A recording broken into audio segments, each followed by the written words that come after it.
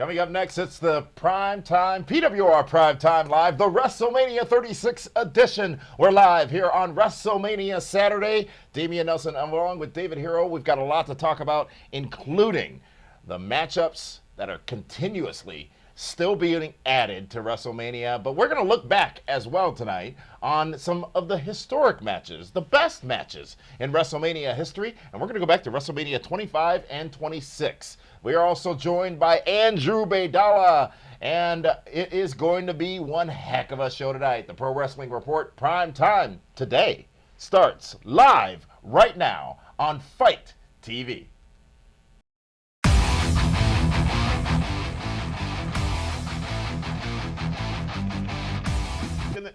I think we're all going to be very pleasantly surprised by how good this WrestleMania is going to be.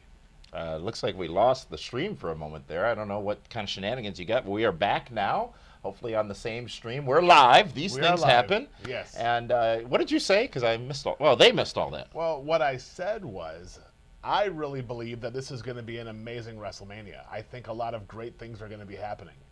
There's a whole lot of unknowns, which makes it even better, way more interesting. Sound like it felt better the first time you said it. Well, yeah, because it was the emotion, you know. Well, we are live here, ladies and gentlemen, from Milwaukee, and we are joined in Minneapolis, Minnesota, by Andrew Baydala. Andrew, how the heck are you here on a Saturday afternoon? I'm great, getting ready for WrestleMania. It feels strange, but Saturday WrestleMania, I'm ready for it though. Feels strange. You've got two WrestleManias behind you, 25 and 36, and a lot of people just last year talked about how WrestleMania should be two nights.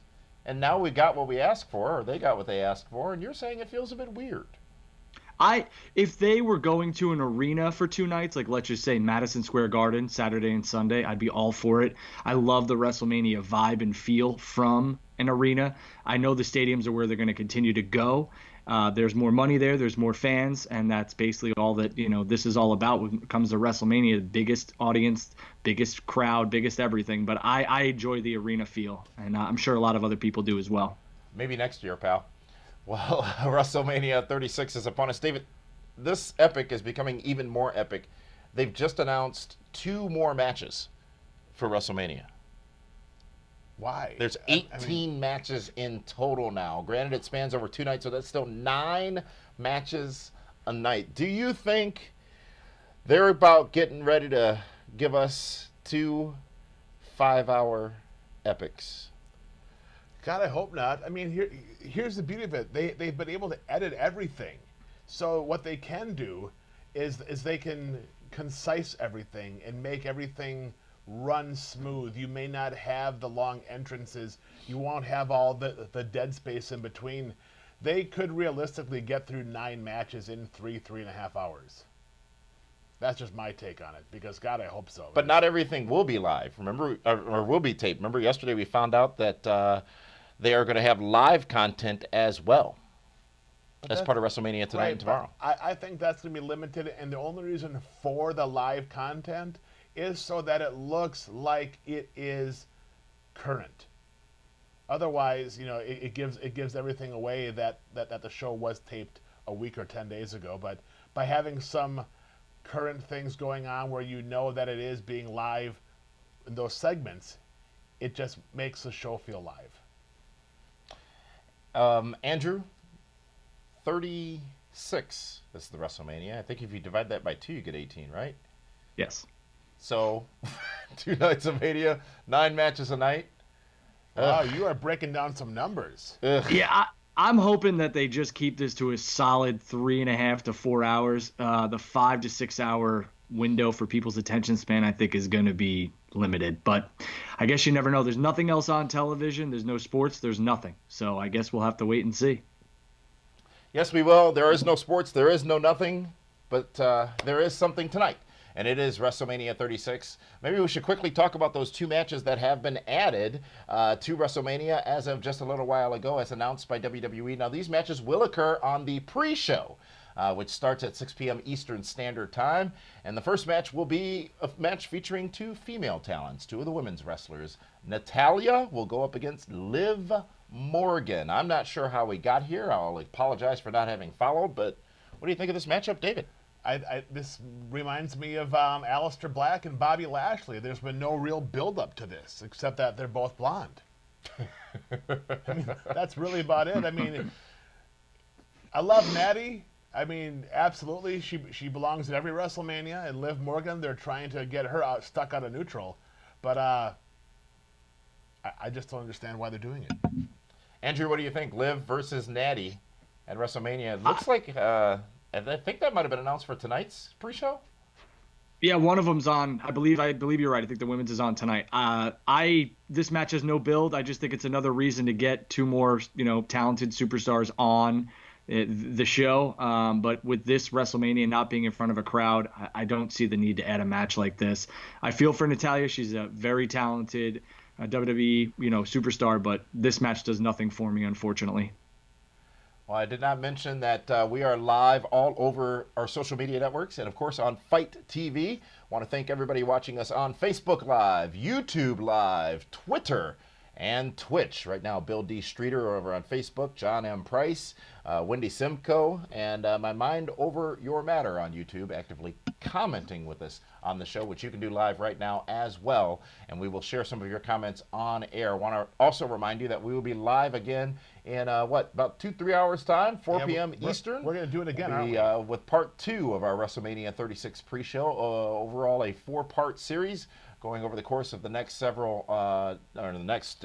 day and a half here, going through reaction after WrestleMania tomorrow night, Sunday night. Now, I want to be clear.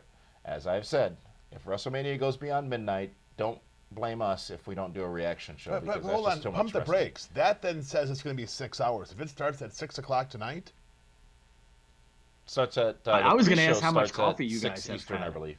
Brother, I don't drink coffee. Well, you're going to need something. I'm not You're that going to need adult. something.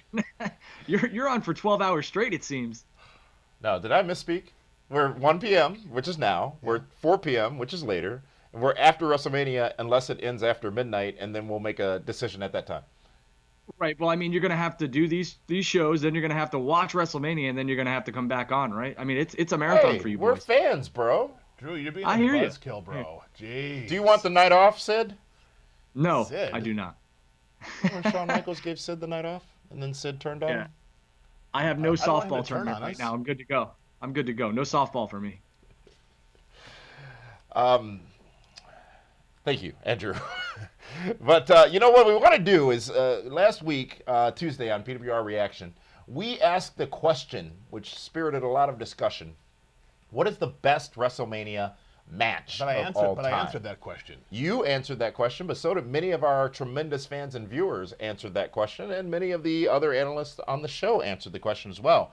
And it led me to think that there's more discussion to be had as we are on the heels of SmackDown last night, going into WrestleMania tonight and tomorrow night, to discuss again and look at some specific matches, some honorable mentions, if you will, that you guys brought to our attention for discussion about whether or not they should be considered as the best or one of the best matches in WrestleMania history.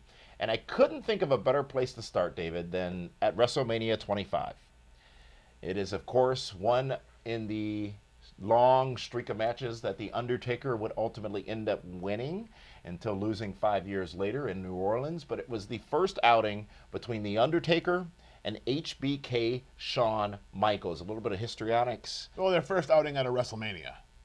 First battle out of WrestleMania. Yeah, a little bit of history leading into this matchup. It was a good build. It was a solid build. It led to the epic entrance of Shawn Michaels descending from quote-unquote heaven, and The Undertaker ascending from quote-unquote hell. The subtleties in just the build-up, just the entrances alone, you knew you were in for something special in that match. Well, you also knew that you were going to have two of the best storytellers in the history of wrestling working together. Guys that started in the territories, worked in the smaller promotions. Marty Jannetty and Shawn Michaels came through the AWA, whereas The Undertaker, as one of the skyscrapers, Mean Mark, came through the NWA WCW. And they both learned their craft in different territories, working with different talents along the way. to become the iconic wrestlers that they are now. And they wind up in WWF, WWE, and had one of the top 5 greatest WrestleMania matches of all time. Andrew, this match. Yeah, Shawn I mean, Michaels, this Undertaker, WrestleMania.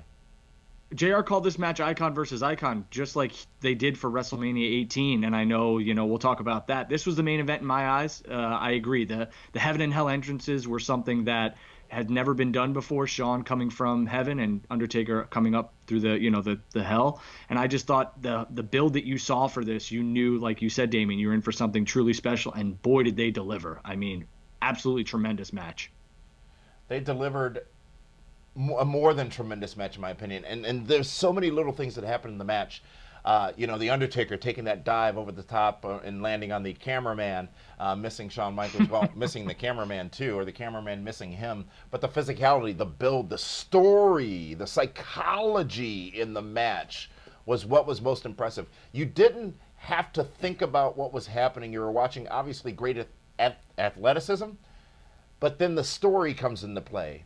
And you get pulled into the story, and you get pulled more and more into the story with the false finishes, with the big moves. As you said, Jim Ross and Jerry the King Lawler on commentary, but also Michael Cole, which balanced things out quite a bit. The finishers, as I said, the false finishes. 75%, 3/4 of the way through that matchup, you were invested emotionally in that matchup, and you can only accredit that to the 2 tremendous, legendary performers that were in the middle of the ring at that time. Well, and what it was bigger than having a title match, because you can win a title back if you lose it. Yeah. You can't wipe that 0 off the loss in a streak. Mm-hmm. So there was a sense of urgency in this match. Everything they did to try to beat their opponent. They weren't trying to do cool spots and cool moves and cool flips that would make the crowd go nuts. Undertaker and Shawn Michaels fought each other with a sense of urgency. They were extremely physical. Everything looked snug. And again, What do you mean by snug? Explain that term for those who may not understand it. Snug. It doesn't looked look like cheap. They were legitimately beating the holy hell out of each other. Because they wanted to. Well, that was win. the story. Exactly. The object of that match, in every match, should always be to win. And Undertaker did not want to have that blemish on his streak record. And Shawn Michaels wanted to be, he said himself, he's WrestleMania, wanted to be the first guy to put that 1 in the loss column.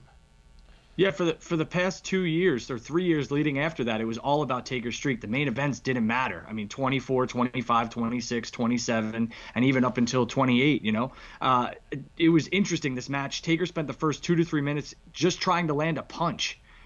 Shawn's speed was on display, and it gave me a Tyson Mayweather dream match or dream boxing match that you would have, because it was Tyson with the big knockout punch, but Mayweather's your speed guy, and that's the story they told. It was fantastic. It really was. And there are a few who can do that, who can tell that story one time, let alone twice, as they would do the following year at WrestleMania 26 as well. But there are a few that could tell that story, and without getting into that time versus now in wrestling, because the presentation has evolved, if you will. It's still fundamentally, though, boils down to that psychology and that wanting to win and that desire to win. And that is missing from a lot of matches, not just now, but even then, which made this match that much better. I don't know that Shawn Michaels and Undertaker went in there and put in any additional effort than they normally would put into a match.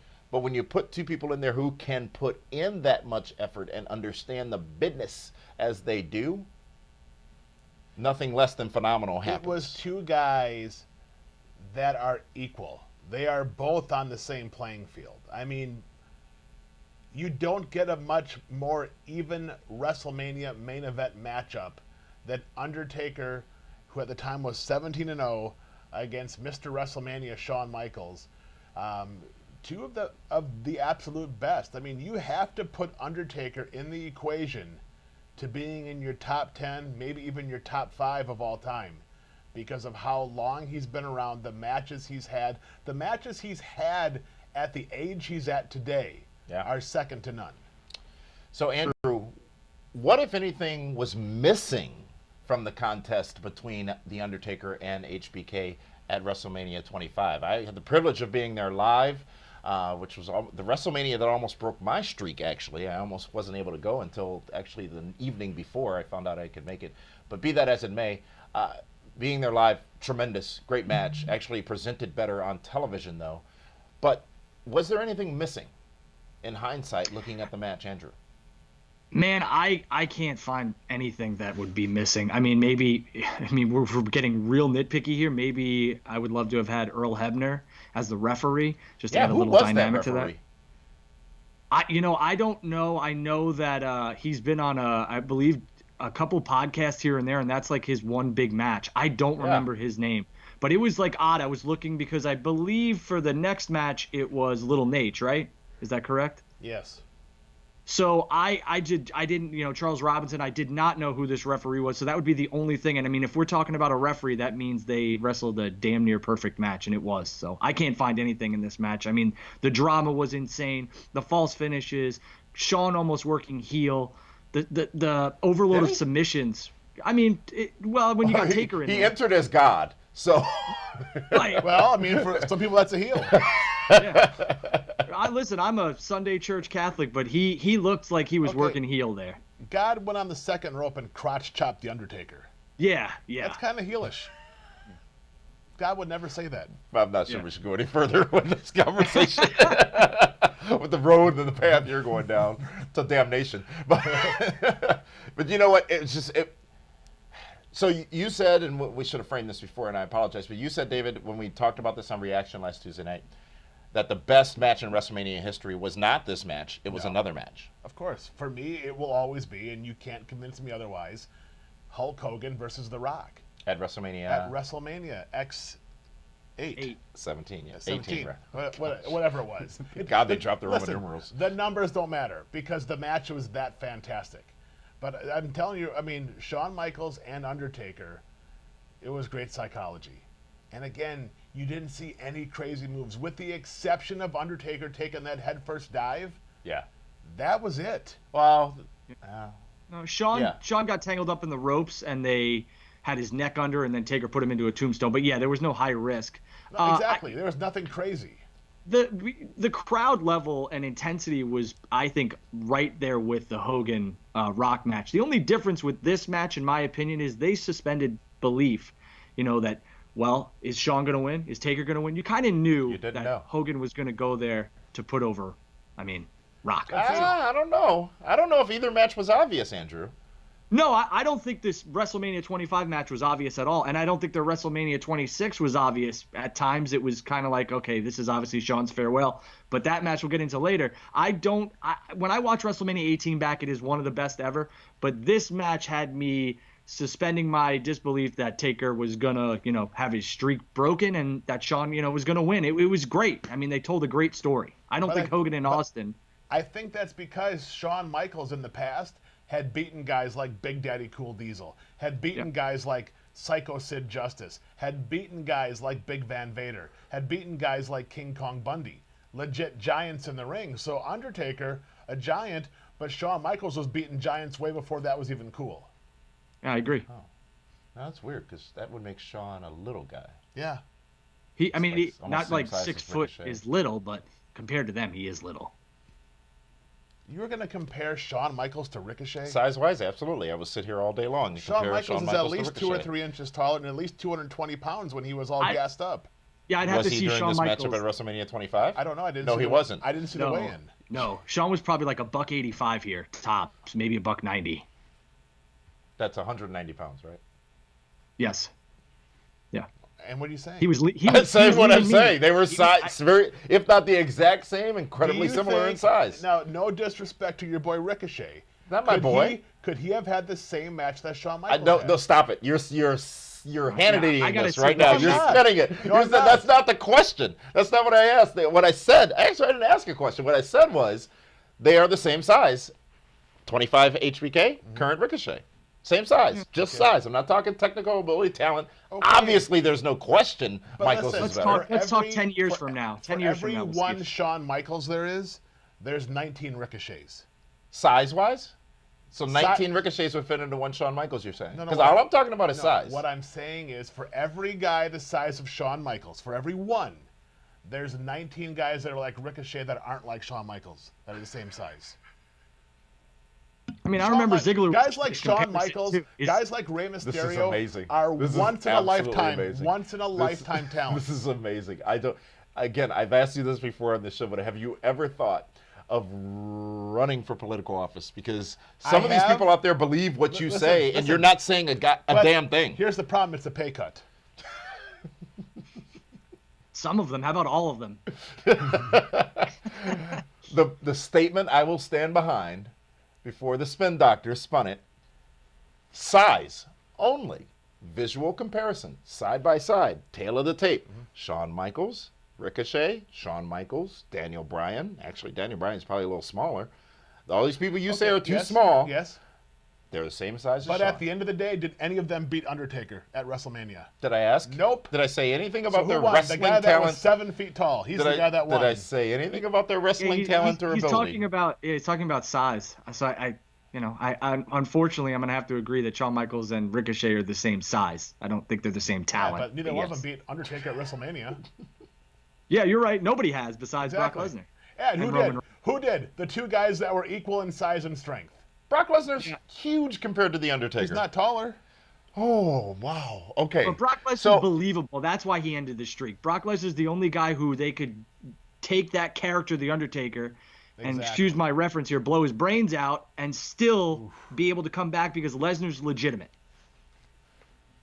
Why do you get so frustrated? I'm not frustrated at all. It's truth and logic.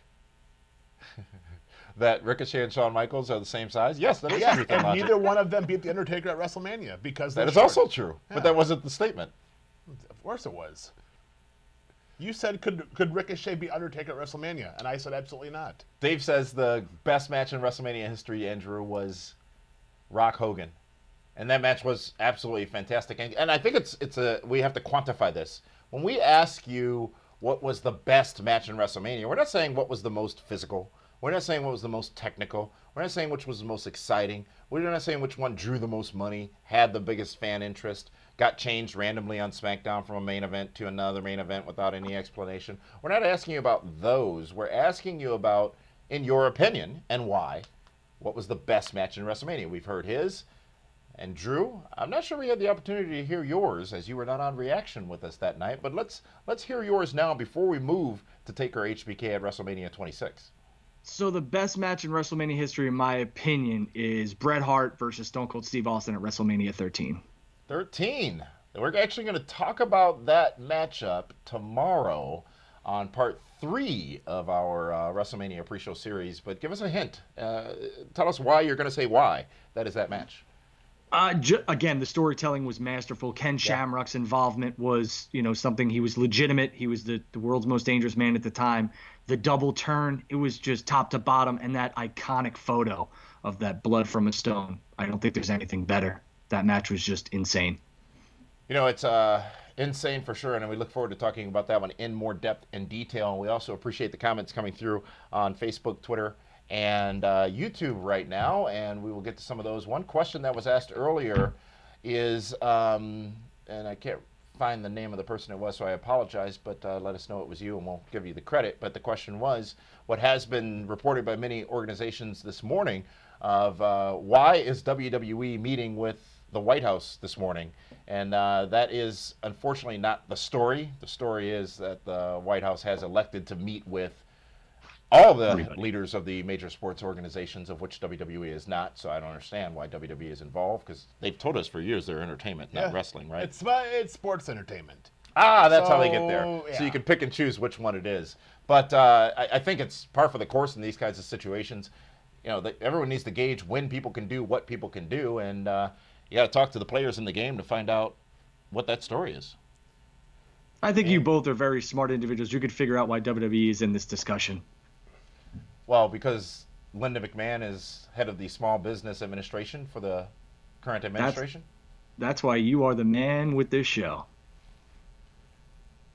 It's just obvious, much like the Ricochet Shawn Michaels conversation. It's just Yeah, it is obvious that they couldn't beat Taker. So There you that go. can answer your question.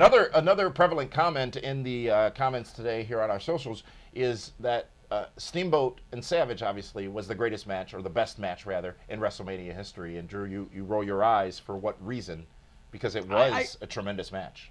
Well, if we're talking about body of work, that's definitely up there. Just like Shawn and Angle is from WrestleMania 21, or Bret and Shawn from WrestleMania 12. But Steamboat and Savage is a very, very good match. But the match on that card that sold that pay-per-view was Andre and Hulk Hogan, and there's no changing my opinion on that one. You know, I think people keep saying Steamboat and Savage is the best, and it's definitely, it's got to be top 3 in the equation.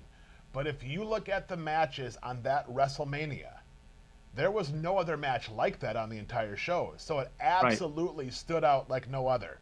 I mean, when you have the Honky Tonk Man against Jake the Snake Roberts, when you have Sheik and Volkov against the Killer Bees, when you have King Kong Bundy dropping avalanches and elbows on midgets, Hercules Don't forget against Alice Billy Cooper. Jack Haynes, you know, you have the Can-Am Connection against Orton and Morocco, Harley Race and Junkyard Dog. Piper and Adonis was a great match, but when it comes to the spectacle of it, yes, Steamboat and Savage absolutely stick out, and 2 of the greatest of all time. But that match isn't the best of all of the WrestleManias. In your opinion? No, but it's the truth. It's not. So here's a challenge for everybody watching out there: is you have the opportunity now with the different things available to us, including WWE Network. Go back and watch those matches in succession, and then ask yourself the question again, not challenging your opinion, but sometimes when you go back and watch again and watch side by side or watch in succession, you see things a little differently, and you get feels that you didn't know you were going to get feel. And one case in point was another excellent matchup involving Ricky the Dragon Steamboat, which was his match with Chris Jericho at WrestleMania 25 as well. Yes. Because we rewatched that yesterday after reaction, and I forgot that Jimmy Snuka was involved in that matchup. I forgot Ric Flair played such a prominent role. I knew it was part of it. I forgot he played such a prominent role. Roddy Piper, as you said. That was another psychological thriller. And Jericho was a master class act during that matchup. And just watch some of these matches back, because you might be pleasantly surprised or wonder, ooh, what the heck was I thinking? It's almost like when I rewatched Howard the Duck as an adult. You watched it as a kid to begin with? Who didn't watch Howard the Duck? That Jericho Steamboat match was reworked because wasn't Mickey Rourke supposed to take on Jericho, but the Oscars wouldn't let him or something to that effect? Wasn't that the backstory on that one? I think that was the case, and I think maybe it was his insurance. Well, no, they were afraid that if Mickey Rourke does wrestle at WrestleMania, it cheapens his value in Hollywood. Ultimately, that's what it comes down to. Yep. Mm-hmm. So, WrestleMania 25, it was the Icon versus Icon, Shawn Michaels versus the Undertaker. This match, every time I watch it, it actually gets better and better and better. But one point you wanted to make from that match, David, was that match was the beginning of too many false finishes and too many finishers. Yes. And finishers starting to mean nothing in professional wrestling. It actually started with Hogan and Rock and matches like that where it would take 2 or 3 finishes to beat somebody. But they really bastardized it with that match, because Undertaker and Shawn Michaels, who were beating guys in the Hall of Fame today with 1 super kick and with 1 tombstone or 1 chokeslam, were now having to beat each other 2 or 3 or 4 different times after they already beat them with so many other different things. It was just absolutely amazing. You owe us all a drink. Anyways, doesn't that mean that they were protecting both of them? Because if you just have 1 tombstone, or you have 1 sweet chin music, or 1 chokeslam to end a legend like Shawn Michaels or The Undertaker, doesn't it kind of devalue everything that they've done? I thought it added a hell of an element to this, because every time they hit that finisher, I was like, okay, this might be it. And then it happened again. I don't mind it as much when it's a match, when it's Taker versus Shawn Michaels. Okay. But when you see it with everybody else now, protect your finish, so when you have to take on that icon, it takes 2 to beat him, not 7. I mean, think about So it. do you Seth think Rollins this kicked out of devalued 5 them? or oh, absolutely. Right now, Brock Lesnar's F5 means absolutely nothing because Seth Rollins keeps kicking out of it. What if you put it Did on you have- Ricochet? He only did it once and beat him. Damien's not going to let that one go. Of course he's That not. was a different question. It's fine, but and again, I proved it. You know, proved it right. Proved it to be true. Here's the thing to think about when it comes to finishers is, and this point has been made by many people who are much smarter than us in the wrestling business, is when Jake the Snake's DDT mattered, no one else did the DDT. When the Tombstone Pile Driver was the Undertaker's finisher, no one else was doing Tombstone Pile Drivers. No one else was doing the Stunner except DDP. But they were protected, and they're not anymore. The DDT, the super kick, and the Famouser are now either cutoff spots or transition moves. Yeah. How? Please tell me. Yeah, At one time, well, there was no bigger, more devastating move than a DDT. None. Jake's DDT. Right. Yeah. You know what's interesting? Like the fact that they also, not to transition here to something else, but they brought up the fact that Michelle McCool did AJ Styles' finish. Doesn't that totally devalue AJ Styles as well? Not No, that, I mean, because like, she was you know. beating people with it. Okay, who Yeah, but I mean, remembered? I- who remembered that I Michelle did- McCool I used didn't. the Styles Clash as her finisher? I didn't. And that's why I'm saying, why even go there? Like, if we're in that day and age, why even go there? Because that's the heat of the match. That's Undertaker saying, hey, my wife does your moves better than you do. Whoa. Well, I don't know about that kind of stuff. All I can talk about is what happens in the ring. So, I mean, Drew. You know something we don't know? You know something we don't know, Dave? No, of course not. But, I mean, think about it. What's more insulting for a guy that's an alpha male right now, like AJ Styles, than for someone to say, dude, my wife does your stuff better than you? Yeah, and I agree with you. And if we want to do a size comparison, AJ Styles and Ricochet are pretty comparable. Whoa, whoa, whoa. Yes. This is a PG show. You want to compare AJ and Ricochet? Do that stuff on your own time, okay? All right. At Ticket Drew on Twitter for all that kind of stuff. Can't wait. I can't wait to be flooded with that stuff. Thanks. Yeah, he loves Stop. DMs. Don't. Just stop.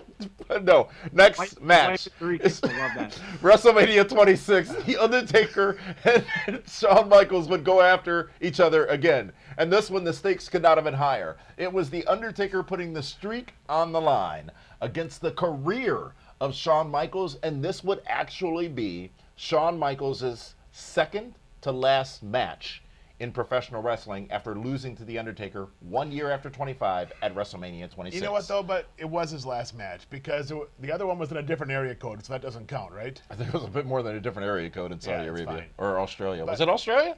No, it was in Saudi. Yeah, Okay. it was Saudi. It was a tag match. It was Taker and Kane versus DX. And I was excited for it, but I agree with Dave. I wish they would have just left Shawn at 26. Exactly. But 26 was fantastic. Another great story. It started off hot.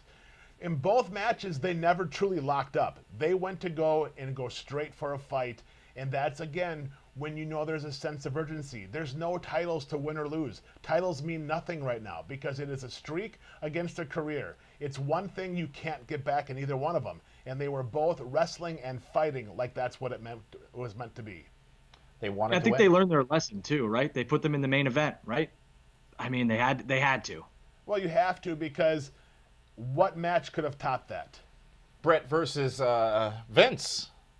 Oh, my God. We watched that Cody also. and Ted DiBiase versus Randy That- Orton. Vince, watching that match again because we watched it before, It hurt. literally because Bret Hart, I have never seen anyone throw chairs that hard. Normally when the guy rolls to his back from getting chair shots, that means stop, I've had enough. Bret did not stop. Like, he's lucky he didn't break Vince's jaw, Vince's arm, Vince's hand, whatever. He was laying them in. And it was almost to the point where it was almost embarrassing to watch because it wasn't even Yeah. professional at that point anymore. Yeah, from a Bret Hart guy, he was, if not one or, he's number 2 of my favorite. It was tough to watch. It was bad, but it was cool to see him one more time. But this match, the WrestleMania 26 match, in my opinion, doesn't get enough credit for the best video package with actual music since My Way from 17. The placebo's running up the hill. You can't see it on the WWE Network. Go out of your way to find it on YouTube or wherever. But it is one of the best packages of all time with that music. Absolutely fantastic. Sweet chin music, tombstones, Choke slams, elbow drops. They brought out all the stops in this matchup as well. And if you're those two performers, if you're those two competitors who just tore the house down at WrestleMania 1 year prior, how do you go in and do it again? You do it in the main event so no one else has to worry about trying to follow you. There you go. And that indeed this match was completely different. That was at least I forgot that they had ended the show. And really, I wondered if that was one of the greatest endings to WrestleMania in history. It was a feel-good moment, but it was a feel-bad moment too, because we were watching HBK right off into the sunset. You know what? You could put that ending right next to Daniel Bryan at WrestleMania 30. Going from celebrating of a career to celebrating the underdog overcoming the odds. Two very similar but very different types of finishes. But again, when you watched it, you could see the respect between Undertaker and Shawn Michaels. Mm-hmm. Two veterans that were up and down the roads, that worked for $5, $10, $15, $20 a match when they first started out, and they headlined WrestleMania and had one of the greatest matches of all time. So, Dave, I have a question since you are the only promoter on this show. Putting Shawn last at WrestleMania, I'll say professional wrestling promoter. Sorry, Damian. You are a promoter, so putting Shawn last at WrestleMania, did it give it away that was it? Mr. WrestleMania rides off into the sunset? Did that give it away? The reason that match was on last was, first of all, nobody else could follow it because they couldn't follow it the year before. And second of all, you're putting your career on the line against a streak. Those two things meant more at the time than any championship that WWE could have possibly had. Something was going to happen regardless of what did happen, no matter who won that match. Yes. It was going to be okay, right? Absolutely. But neither outcome was going to be good, which is very unique because you always hear the term of send them home happy or leave them happy. Neither outcome, either the streak was going to be over or Shawn Michaels' career would end. They sent them home exhausted and full of emotion. Yes. And that doesn't happen very often. Mm-hmm. You watch what happens tonight. Pick both nights. Whatever the main event is, see if either one of those two main events will leave you as exhausted and as full of emotion as that match. It's very unlikely, but let's finalize this conversation. And the question is, for all of us, which of the two matches takes the top spot? Not which was better, or maybe that is what I'm asking, but which one takes the top spot? They're outing at WrestleMania 25 or they're outing at WrestleMania 26. And it's important to remember that I believe once we got to WrestleMania 28, this story was a bit rekindled when Triple H took on The Undertaker and Shawn Michaels was a special guest referee. For Hell in a Cell. Yeah. So, such an interesting span of time there now that I think about it more too. 25, 26, 27, 28. Undertaker, Shawn Michaels, Undertaker, Triple H. 2 years in a row at each. And keep in mind, Undertaker has actually wrestled Triple H 3 times. At Mania? Yes. Yeah, 17. 12? Yep. 17. That match all over the place. Yes. So which was better, Andrew? 25, 26 in the outing between The Undertaker and Shawn Michaels. Man, that's a tough one because 25 was a wrestling clinic, but I think 26 told the best story. I think Taker's face, the moonsault off the top turnbuckle onto a table, the tombstone, the choke slam, then the quick sweet chin music in 26. You almost was like, okay, Shawn's going to do it. The better match is 25, unfortunately, but I think the better story is in 26. But if I had to pick one right now, I'm going 25. David, what say you? You always go by with whatever finish is the one that you're stuck with. And I just will never forget the finish of Undertaker and Shawn Michaels at 26. Simply because there's a guy from the UK sitting next to us, grown man, bawling his eyes out.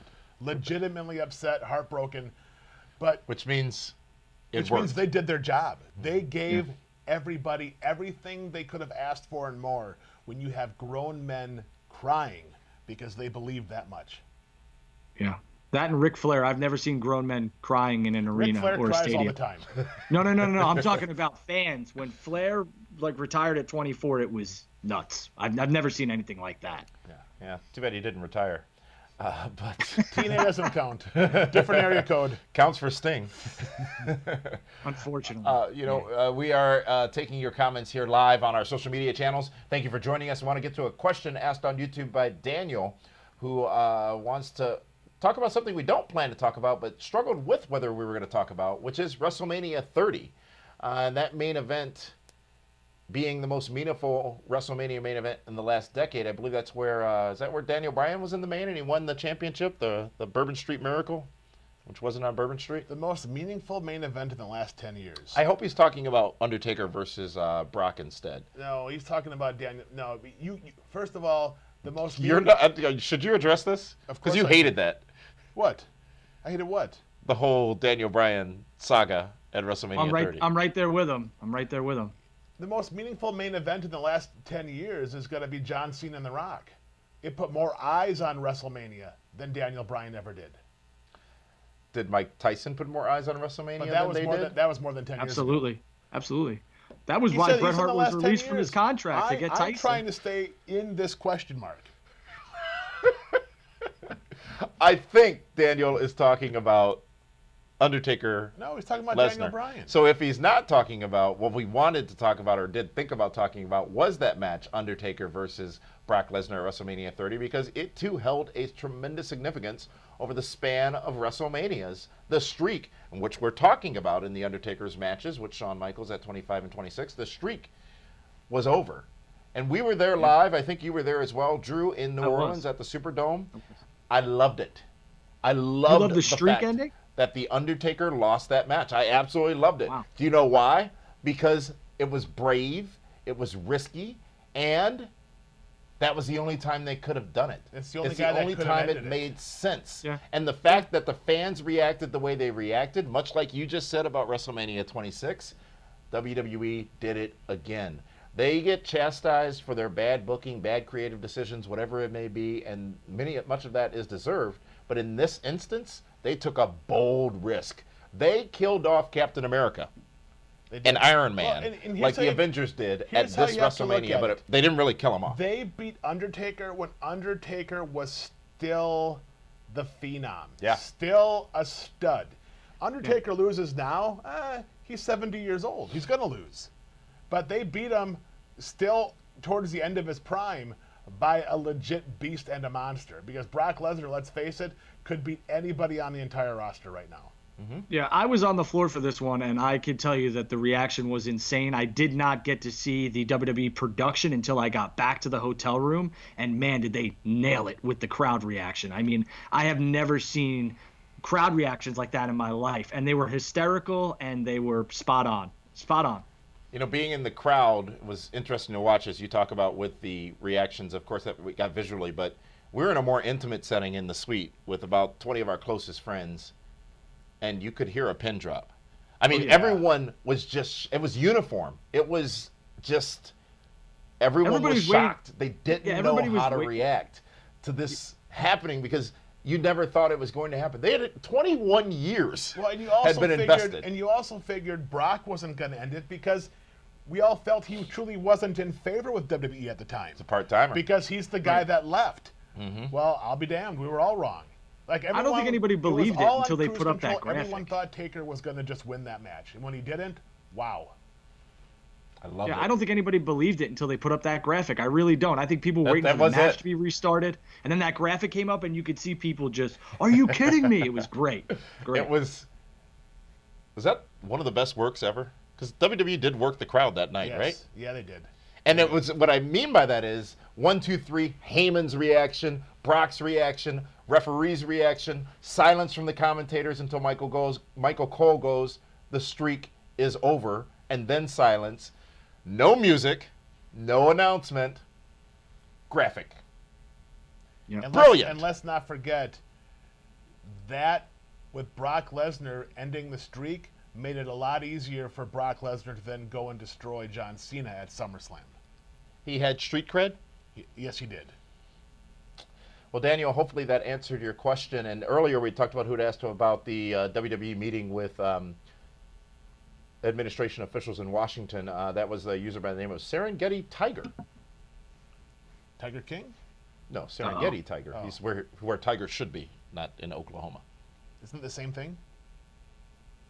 The Serengeti in Oklahoma? Wasn't that what they called the restaurant in that gimmick store? They may have. With actually. the old Walmart meat?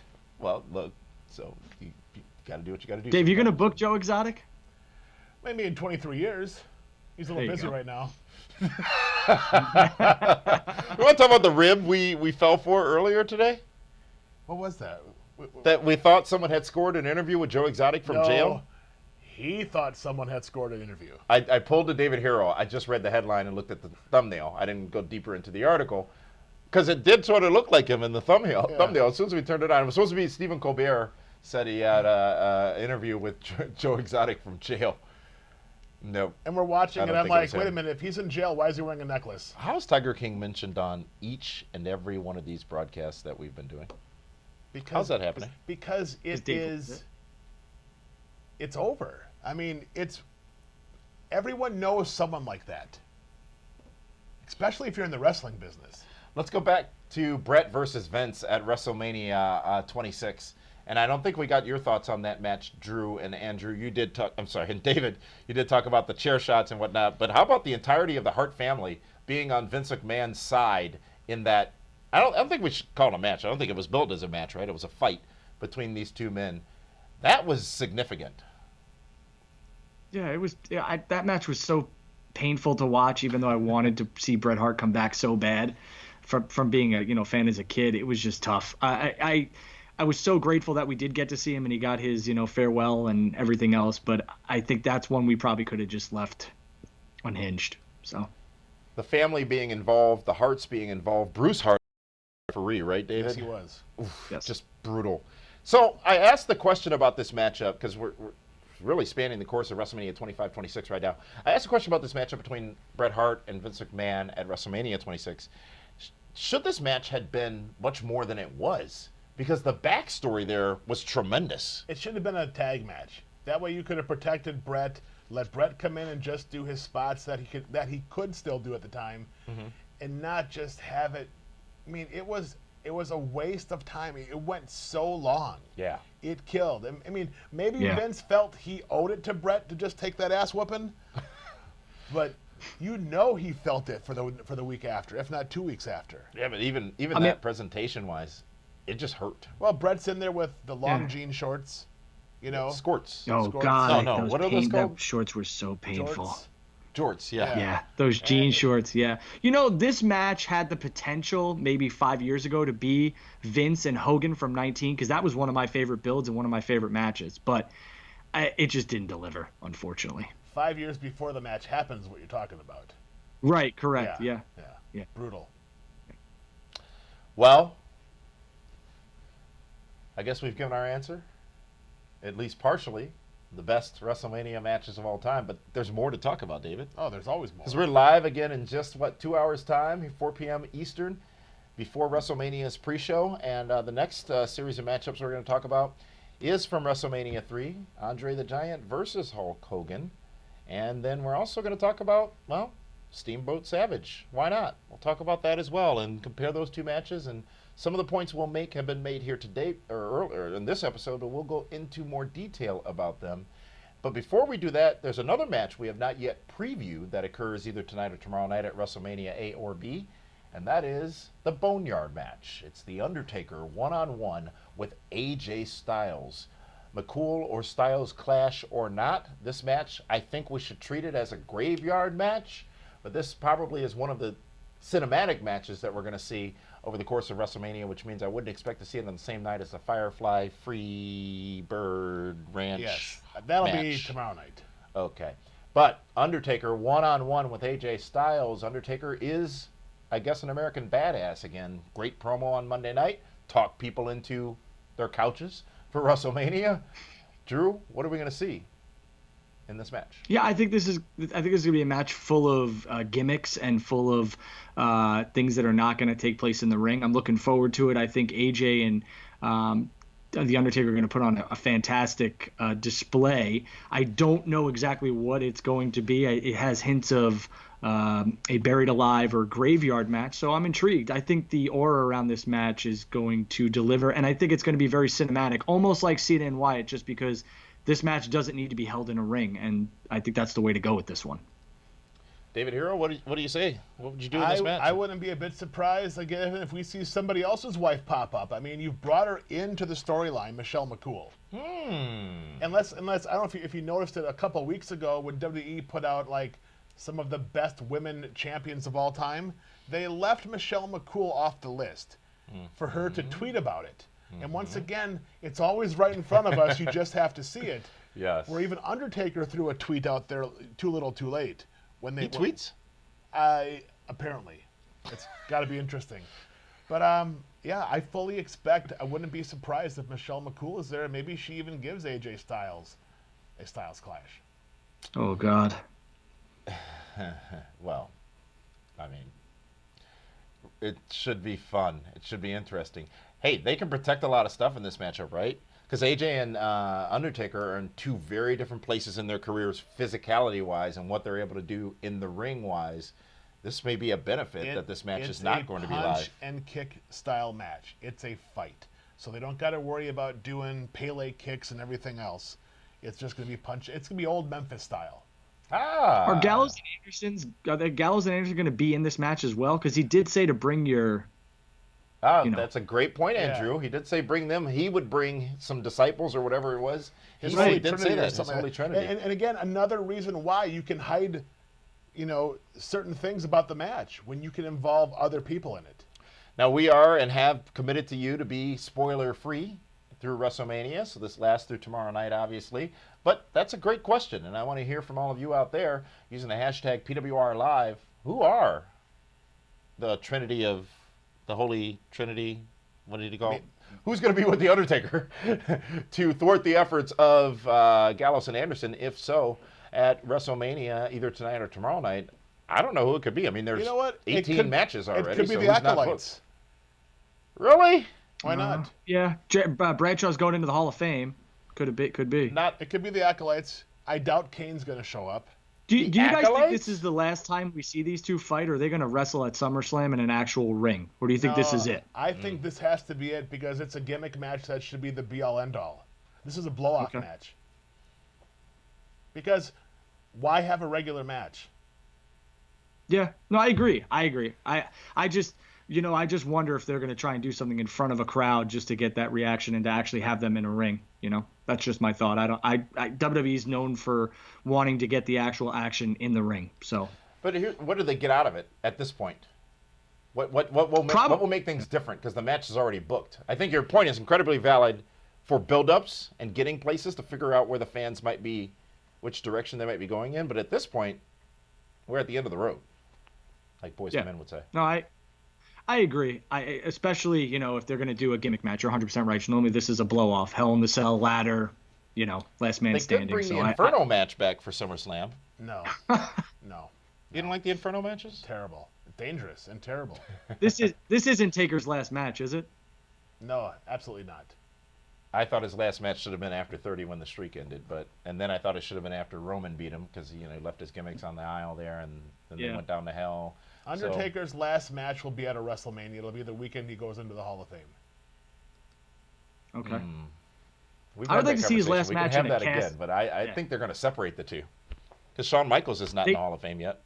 DX is. Shawn Michaels is in the Hall of Fame. Is he? Shawn Michaels went in at WrestleMania 27. He went in Atlanta. Oh, the year after? Okay, so that's a bad example. Yeah, exactly. But I'm right. You can get 2 years out of The Undertaker if you split it up like they did with Shawn, so that is the right example, actually. But I agree with you, Damien. I think Vince McMahon and The Undertaker should headline a Hall of Fame class 1 year after each other. So 21, 22, and they should be the only inductees. That should be it. Who?